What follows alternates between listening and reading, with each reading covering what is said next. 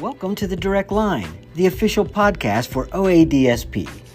We're excited to have you here with us today, and if you have comments, suggestions, or if you want to join us in studio as a guest, reach out to me at podcast@oadsp.org.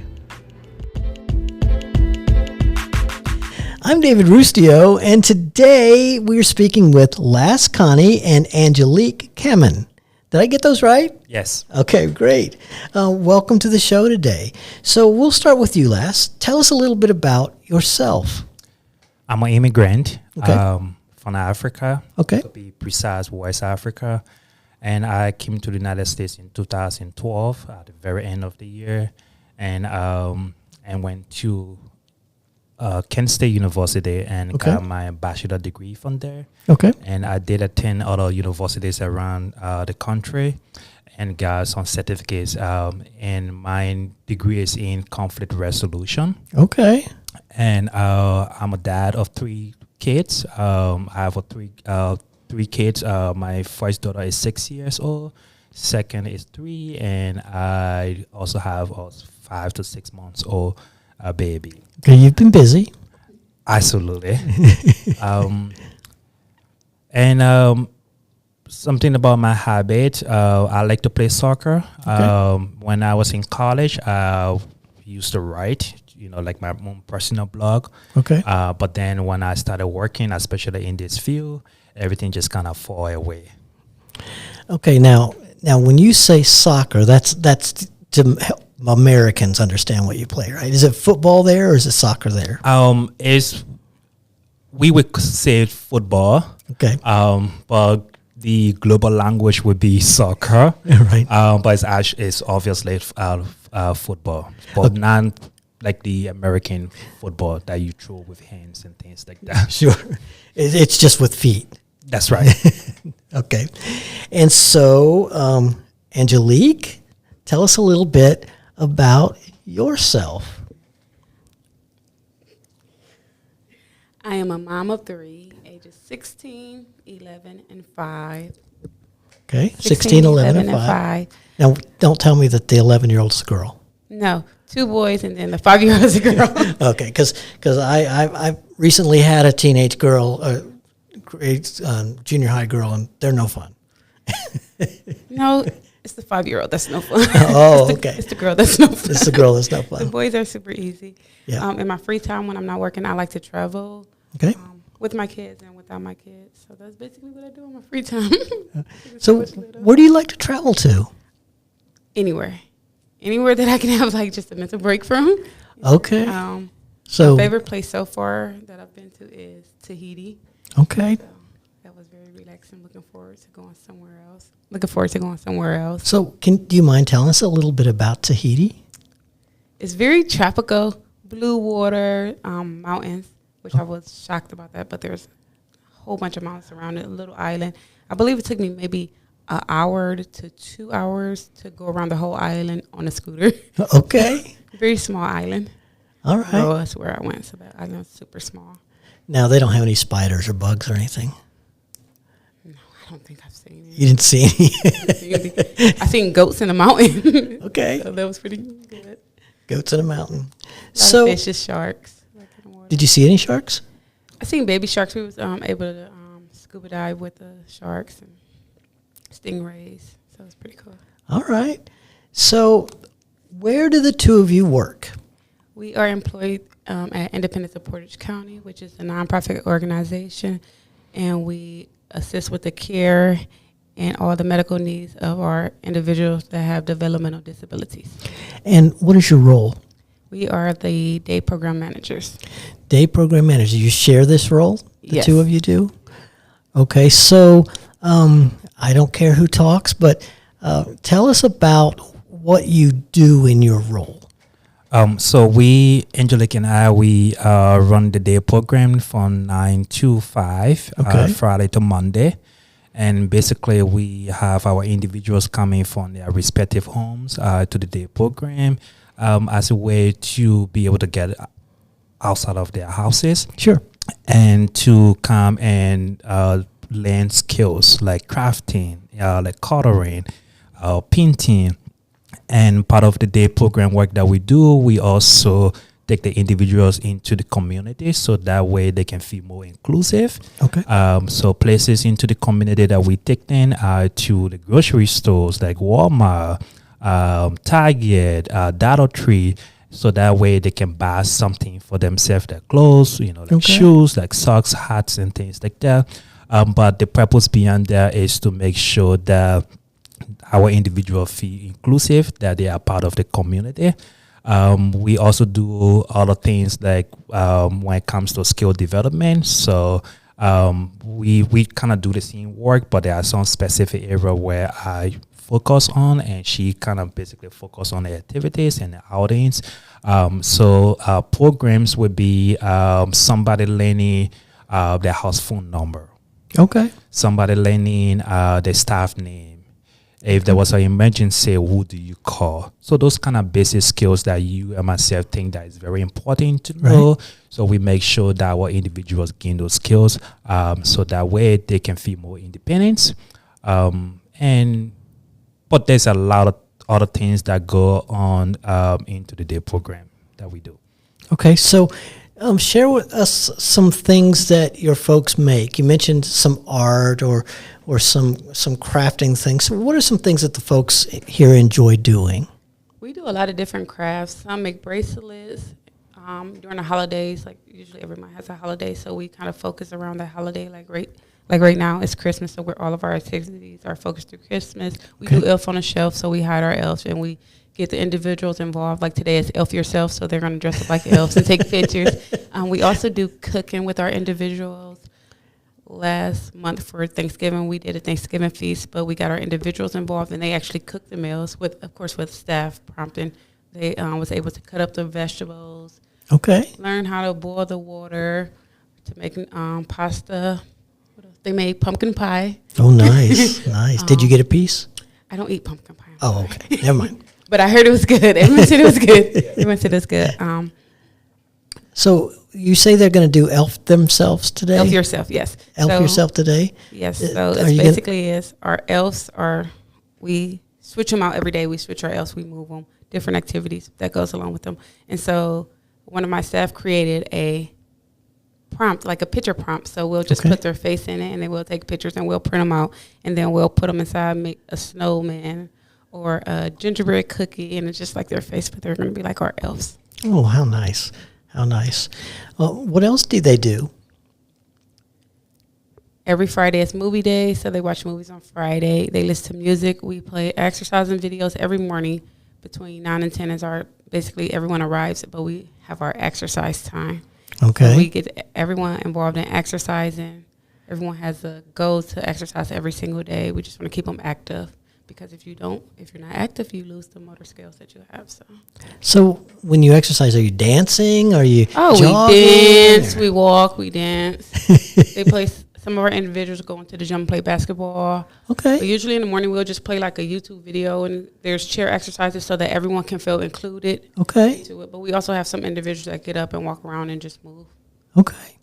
So one of you tell us a fun story, about your folks or someone here, or. Well, I think it's very interesting working with the individuals, especially people with developmental disabilities. Mm-hmm. And we also understand it's a very challenging work. Sure.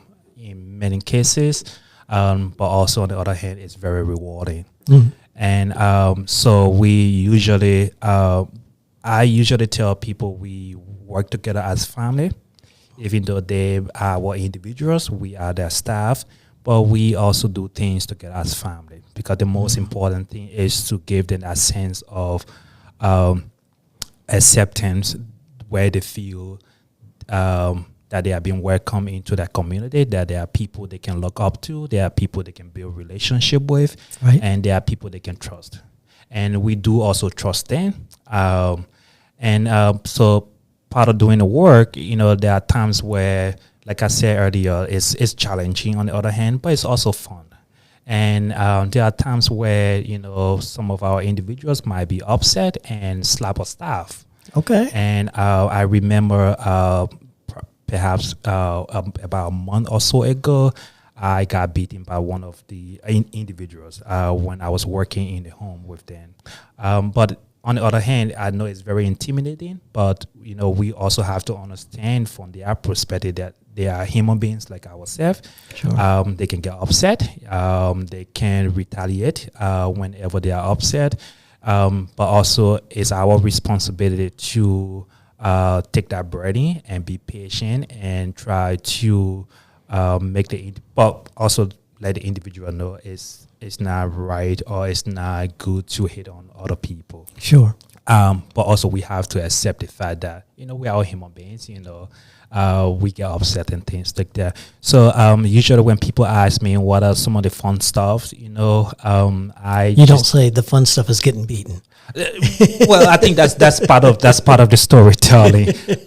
But I think part of that, if you go home and your family member or your wife, or your husband asks you, how was work today, and basically you tell them, hey, I was slapped in the face twice today, or somebody pulled my head from the back and things like that. So and then your family members that, oh my gosh, that should be a horrible experience, but I think sharing the story is the most fun part about it, to say, well, I went to work today and I got beaten by my individual, and then they usually ask you, what did you do? Did you slap them back? Did you react? And you say, well, no, I didn't do nothing. I just sat there and put my hands between my legs and say, okay, I'm gonna take the beating.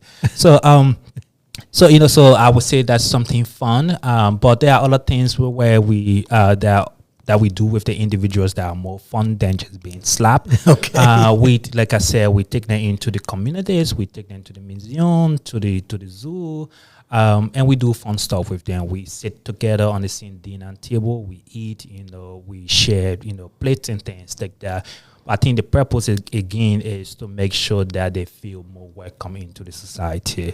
And so we try our possible best to make that everyday life fun, and also give them the sense of responsibility and sense of acceptance, to say, regardless of you being in a wheelchair, regardless of you having intellectual disability or developmental disability, you are a human being and you are part of the community. So Angelique, tell us what you find most rewarding about your work here. The most rewarding thing is just like the love that the clients have for you. Like, even though it may be a rough day for you, and like the individuals are going home and they're giving you hugs and they're telling you, I can't wait to see you tomorrow. It's like, it's so stressful sometimes because, again, our field is stressful. Sure. But it's just the fact that, like, I know I make a difference in these individuals' life. Just like Les said, some of the individuals don't have family. We are their family. Right. And it's so rewarding, like, because of COVID and coming out of COVID, taking the individuals out in the community and seeing them actually, like, they are just so happy to be out. Sure. They're so happy. Like, we did a pumpkin patch for Halloween in October, and just seeing the individuals go and, like, get so happy over picking up these little tiny pumpkins. They were so tiny, but they were so happy. So I think it's, like, just most rewarding just to know that I can make a difference in someone's life. Sure. So either one of you can answer this, but what would you say to somebody who is thinking about coming into this field and working with our folks? Just do it. Just do it. At first, it's going to seem so scary because you're not as educated as you would like to be. But unless you do it, you won't gain the skills and the knowledge that you need to be successful. And again, it's like I literally have grown another 40 plus individuals into my family. Right. So it's just do it. It's very rewarding. And you are really making a difference. Like, I know for a fact that we really make a difference in these individuals' life. And it's just the little things, acknowledging birthdays that make a difference. Just saying hi to them in the morning. Just sitting there, like, if an individual's mad, trying to figure out why they're mad. But the point is that we're communicating with them. Right. We're trying to figure out, we're showing them that we care. Right. Yes, in addition to what Angelique said, I usually tell people that the work that we do is very rewarding. On the other hand, to be more honest, it's challenging. Sure. And but the challenge is good. Absolutely, yeah. The challenges are good, and but I think too, we are all human beings. And I usually tell people it could be you sitting in a wheelchair. It could be you where you are unable to put your own shirts on. And you're going to expect the same thing from anybody to kind of help you out with it. And so usually I tell people, see it from that perspective. See it from that direction, because I don't think life is all about one person. Life is a universal. Sure. And life is reciprocal. It's kind of like a give and take. So the work that we do with these individuals, we are giving to them, but they are also giving back to us, where they trust us. Right. They trust us that we are there to promote their health and to keep them safe. Yeah. And if I can get that from anybody, that's a reward. That's a reward for me. Sure. Because it's very difficult for we human beings to trust each other. Yes. So if they can trust me, and I can give back to them what they need to help them in their own growth, then obviously it's reciprocal. Right. And I tell people, they work on paper, or you may hear from other people, like healthcare is very challenging. But when you begin the process and you begin to understand and put yourself in that situation, you get to say, oh my God, I did not think this is how it was going to be. Right. So I usually tell people to really come and be part of it. And I understand it may not be for everybody, but just kind of try and see. And but again, being in this field, there are more females than males. Right. So so I mean, if you are listening to me, I want to encourage my friend men to take the opportunity to come and do this kind of work that we're doing. Yeah. It's not about, it shouldn't just be about, it's a dirty work or things like that. Obviously, it's dirty. We all have kids. There are times where I don't even want to play with my own kids' mess. Then what about people who are older than me? But again, the most important thing here is being able to give back to people that are in need. Right. And the way they can give back to you is by trusting you. Right. Well, thank you both for being here today. I hope you had fun. Thank you. I enjoyed the laughs, and I do appreciate your time of being with us today. Thank you so much. Thank you. Bye-bye. Thanks for listening, and join us next time on The Direct Line.